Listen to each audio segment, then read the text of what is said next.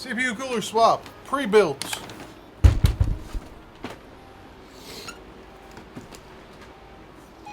This is an IBUYPOWER unit, and he came in. We're gonna take a look at it here, but he came in because it is overheating. He says he's getting warning messages. Now let's get it powered on and give it a listen. We'll check some temperatures. I seriously doubt, the way this guy was describing it, that this is a thermal paste issue. So we're not going to worry about that. But where is our power button? It smells like smoke in here. Alright, let's load up our IODD. Hey, thanks for checking out this video. If you like these videos, make sure you hit the like button. If you want to see more videos like this, hit the subscribe button. It really, really helps the channel. Alright, so let's look in the BIOS here. In the BIOS, what are we sitting at temperature-wise? CPU temperature is sitting at 87 degrees, 88 degrees, 89 degrees, 90, 91, 92, 93, 94. Yeah, that's an indicator that the pump isn't running, because it's about to hit its thermal threshold. Either the CPU pump has died or all of the liquid from inside of it is gone. Alright, let's start tearing this down. This is what I was concerned with. There is I'm going to take the back off regardless, so let's just go ahead and do that now. Because there's a cable going from the front panel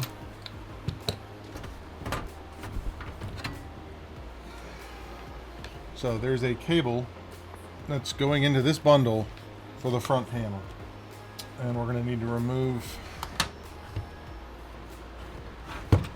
Oh, this is a terrible design, IBUYPOWER. So this is a kind of a strange one here. I have no idea how they plan to have this work. So what they've done is they're using a screw to hold in the cable for the front RGB. Instead of having to undo all that cabling, just unplug that. Yeah, what they did is they have this. So this is where that connector just plugged in, and then there's the cable wrapped around this one time, and then that screw was holding it in so that you couldn't physically just like yank this out. So cheap but very, very effective way of handling that. Now, that out of there. So in these non-Asetek all-in-one coolers, what dies isn't here. What dies is right here. And you can see this is quite filthy, but yeah, that's the actual pump. And these pumps, for some odd reason, have a failure rate that's 5 or 10 times higher than what I see in the Asetek style coolers. Like, I get why people use them, because A, they're cheap, B, like, you don't have to pay Asetek. But Asetek figures something out. And again, IBUYPOWER, with, like, when you hold your radiator in, you need to use washers on every single screw in the entire case. Well, not in the entire case, but you get what I'm saying. You gotta use the washers. Like, actually, thinking about this now, I'm in the process of removing this. Pump replacement when? Probably never. It's not cost effective. So where do these fan cables go? So these fan cables are coming out here. All right, we're doing what I didn't necessarily want to do. Undoing all of this. This is actually extremely good cable management from IBUYPOWER on this one. This is a slightly older setup, but still checks out. Fan. Okay, that's what we should do.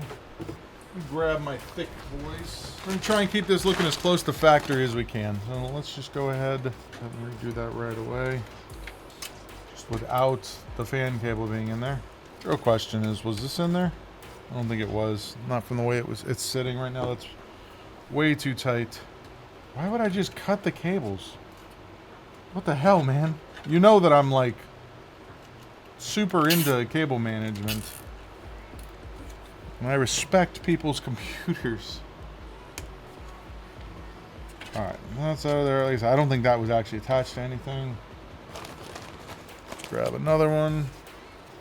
Let's say I'm gonna give IBUYPOWER some pretty good props on this. This cable management from back in the day before they were what they are now. Pretty good, not gonna lie.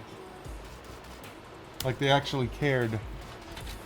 Now you might be asking yourself, but Chris, why aren't you leaving the cable ties undone so that you can install the new cooler? Well, a simple answer to that is I'm not going to use these same cable management points to install the new cooler. The complex answer is that's a good question.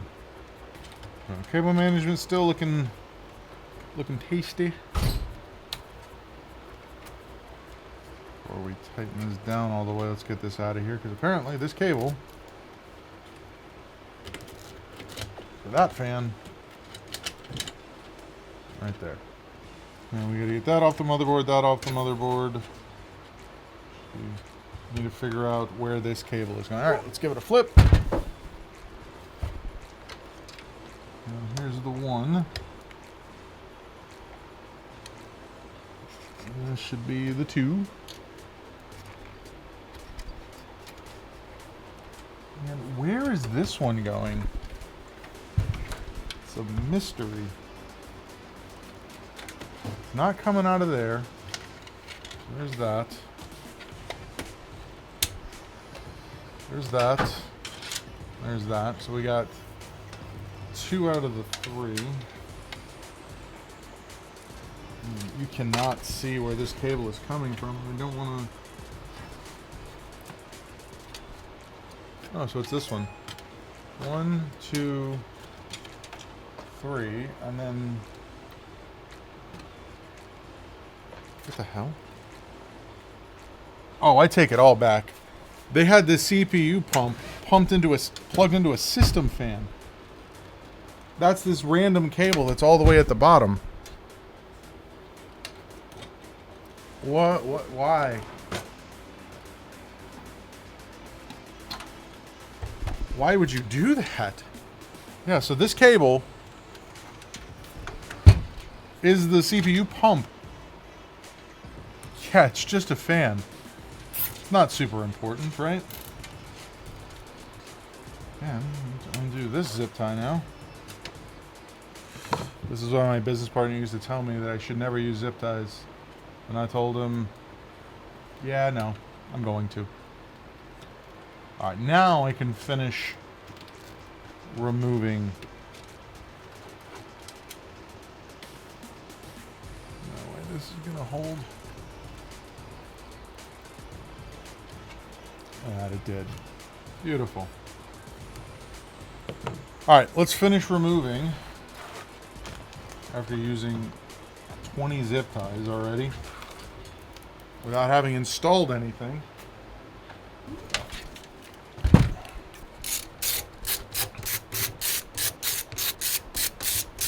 Alright, let's get this thing out of here.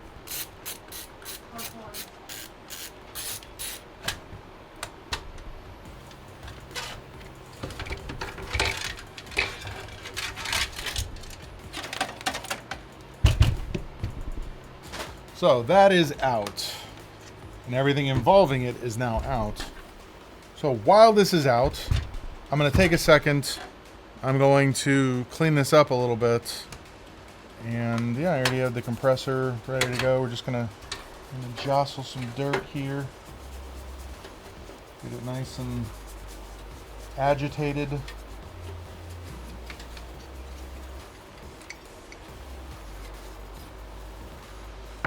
And then we're going to blow it out. Just give it a quick once over. Alright, get this old thermal paste off of here before we put the new stuff on, because, you know, apparently I never do that, according to the internet. There we go, I-912-900KF. That all cleared off of there. We actually don't need these screws anymore. Maybe these zip ties might be a little bit tight in a couple places, but overall everything's looking good. And we'll get this thermal paste from the CPU cooler installed. So this should be an LGA 1700. I like how that actually did nothing.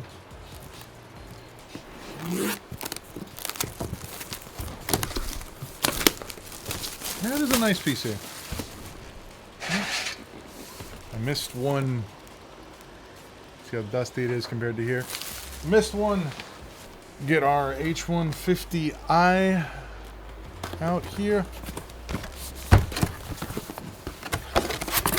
And per usual, we're gonna set the actual computer off to the side. So let me do that first. Oh, we're doing this. We're going to completely build this thing out here so it's ready to go. That way I'm not struggling to fit it in inside here. So those 100% need. We got a Corsair Commander. Alright, Intel hardware. We need that. AM4, don't need that. His build is black. Should be, there's a white to black one on there. We'll leave that on there. And Threadripper. So, all that goes back in there. We don't need that. We do not need that. That is the AM5 hardware. So,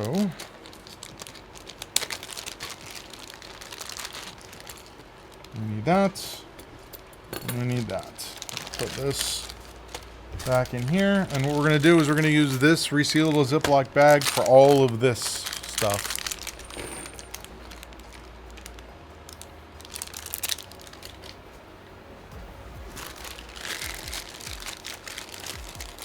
Corsair Commander comes with its own nice little double-sided tape. We use that to hold it in place. There are 3 fans out here. And this is going to be a pull-through. That's how it was previously. No reason to change it.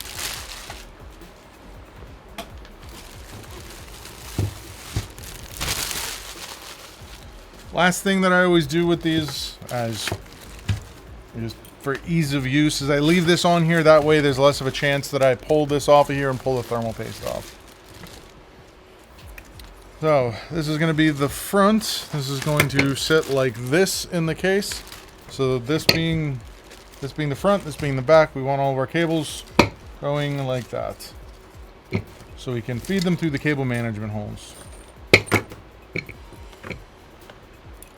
that. These are going to set these off to the side. That off to the side. Use our long boys.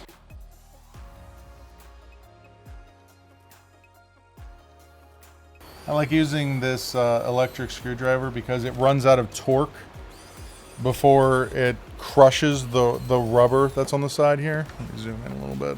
So these rubbers that are here, this electric screwdriver, which is a Fantech NEX FE1 Pro, just like I said, it completely runs out of torque before it's able to completely crush them. Whereas if I use my LTT screwdriver, I just have a tendency to just absolutely and utterly crush them, which you don't necessarily want to do. You just want to get them nice and snug so that it gets rid of all the vibrations and everything's held in place. Alright, so we got that. What we're going to do is we're going to take the rest of these long screws that we're not going to use for this. These additional long screws are used for 2 reasons. One, if you're going to be putting another set of fans on the front of this, or 2, if you're going through a case that has some sort of offset. All right, and then it all goes, like I said, in this Ziploc bag. Now, the screws for the front of the case. As per usual, I am going to put all of the washers onto these screws because you got to use the washers. Who needs washers? Everyone needs washers, especially when you're dealing with like metal cases that are built to the lowest common dollar. And you got super thin metal and stuff is very easy to pull through, and you don't want that. All right, so we have our screws. Screws are now assembled, as you can see. They're nicely lined up. All right, let's go ahead and get this put into the case. If you have a situation where you have very thin metal for the case, then you try and put an all-in-one cooler into that case. There's a chance it'll just rip the metal, and you suddenly have a all-in-one cooler bouncing around on the inside of your case versus being hardware mounted. All right, so this little gasket, you don't necessarily have to take this off. There's adhesive on here. It just makes it easier to mount. And then we line up our holes. 2 and 2. 3 and 4. And we're all in there. And then boom, boom, boom.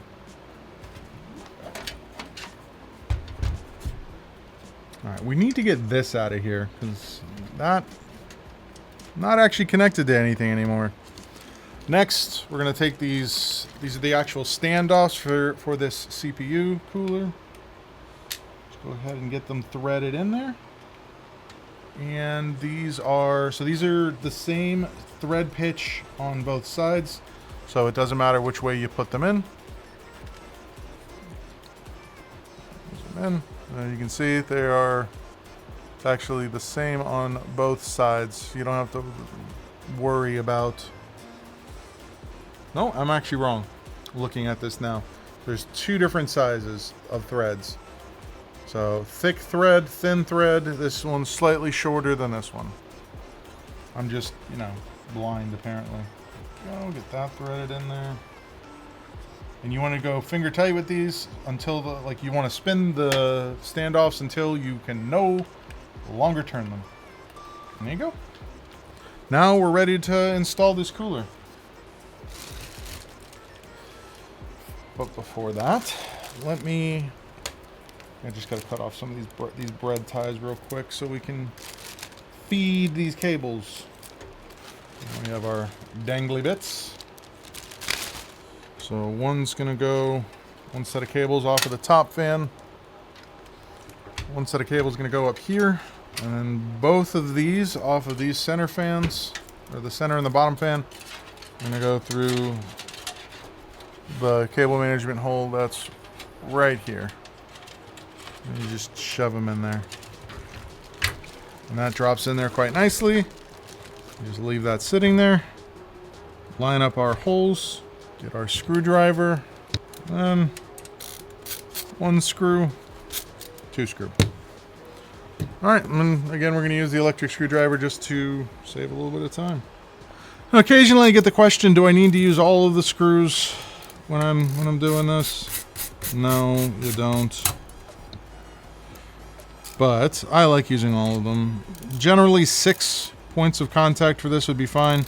If your case doesn't have all of the screwing, these screw grommets, you can get away with 6. 1 on each corner, there, and then 1's split up in the middle if you can.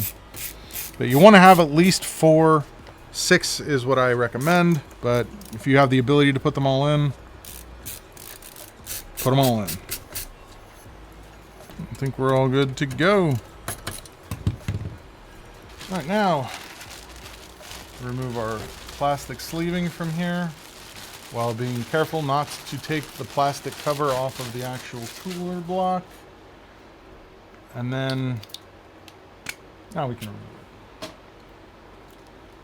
Now we want our cables are going to go like this.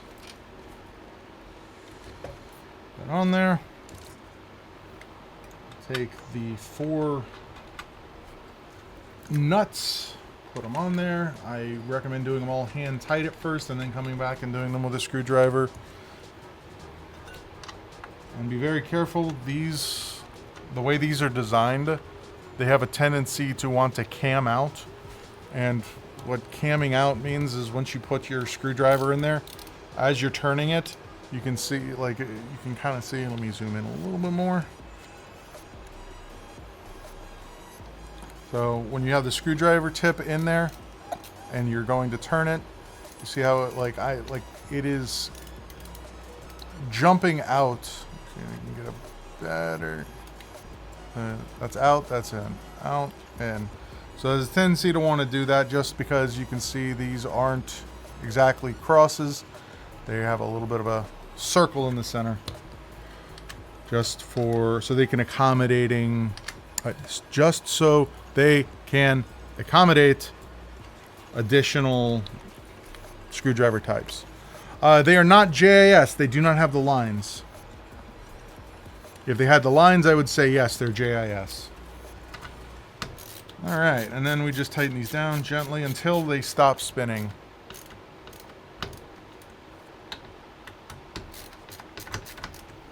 They also help. That also helps prevent over tightening.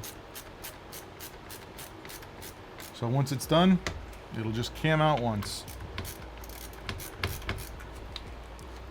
All right, so everything's physically attached. Now we just got to do a little bit of cable management, and this thing should be good to go. Let's cut this bread tie.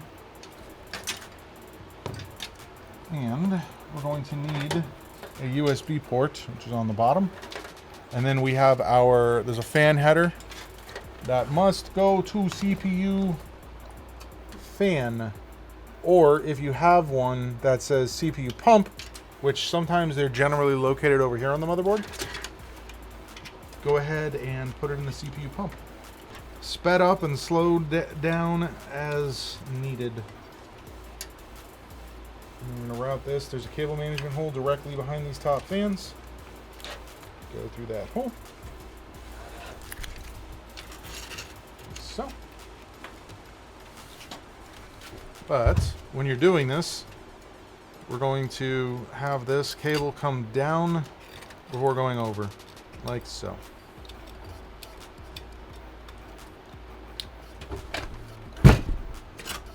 There you go. Now let's look at the back. So just remember what this kind of looks like now with all these cables over there. Get all these cables pulled through all the way. And I need to figure out, so yeah, this cable here, which was going into the old cooler, is not being used, but I'm not going to cut this zip tie. I'm going to, actually, you know what? I need to cut this zip tie because I'm going to move this over a little bit. Now I can cut this zip tie. Why the radiator was mounted this way? All right, give me a second. Let me get this cable out of here first. I just want to figure out where it's going. It appears to be going into this bundle.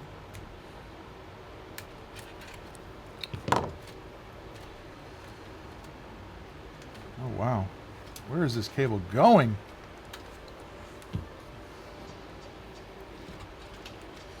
Now we're going to toss this in here. I'll explain it as soon as I flip it over. It'll make more sense once I flip it over. I actually have a short on this that I did, or it was actually, I think it might have been a full video even. I think it was a short. Oh, I missed the cable grommet. I thought I was through it. All right, so before I dive too much deeper in this, let's talk about why I mounted this way. Two things with this. There's a peel in there.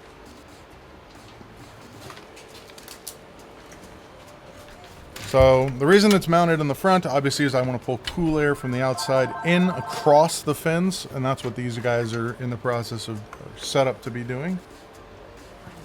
The reason that these hoses are at the top is because you never want the highest point of your loop to be the actual pump itself, because these pumps can't run dry. If they run dry, they die, because they're designed to be submerged in liquid. So by putting the top of the reservoir of the radiator all the way at the top, any bubbles that might accumulate or any air that might accumulate is going to accumulate here, not here. So that's why you do it at the top. If you mount it at the bottom, honestly it doesn't matter. The radiator there has tanks on both ends. As long as the tank is always vertically higher than this, you should never have a problem. So does that make sense? All right. You see, and again, if you look at your radiator and it has one of these tanks on both sides, nothing to worry about. All that matters is that you are having a spot for air to accumulate above the pump. So like when you stand this up vertical, like just looking at it vertically, you can see the top of this is above that. So that's all that matters. And like I said, you don't want those pumps to run dry. All right, back to this.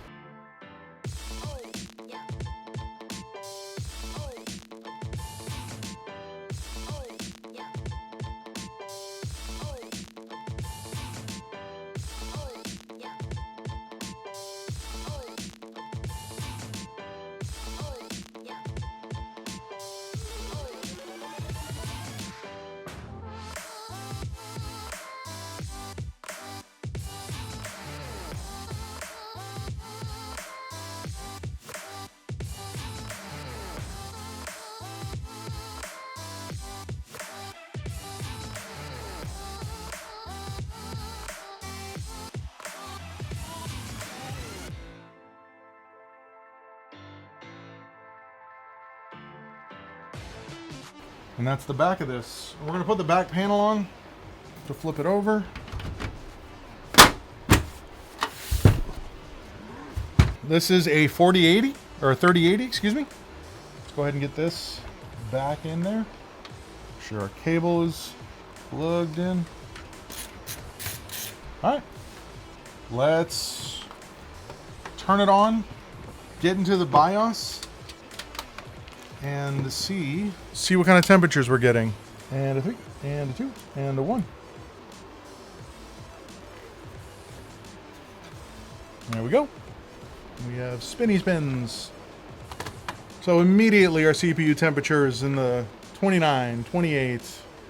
We're in the 30s, whereas before we were in the 80s and 90s. All right, so now let's button this all back up, give the customer a call, and get this guy out of here.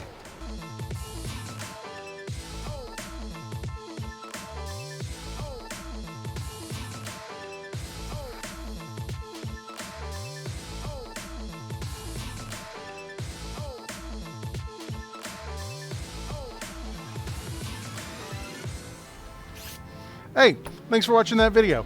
If you liked that video, make sure you hit the like button. If you want to see more videos like this, make sure you hit the subscribe button. And I stream daily on Twitch at twitch.tv/SpecVengeance. And yeah, if you want to learn more about my services, check out Bradenton PC Repair.com. Thanks for watching, and I'll catch you on the next one.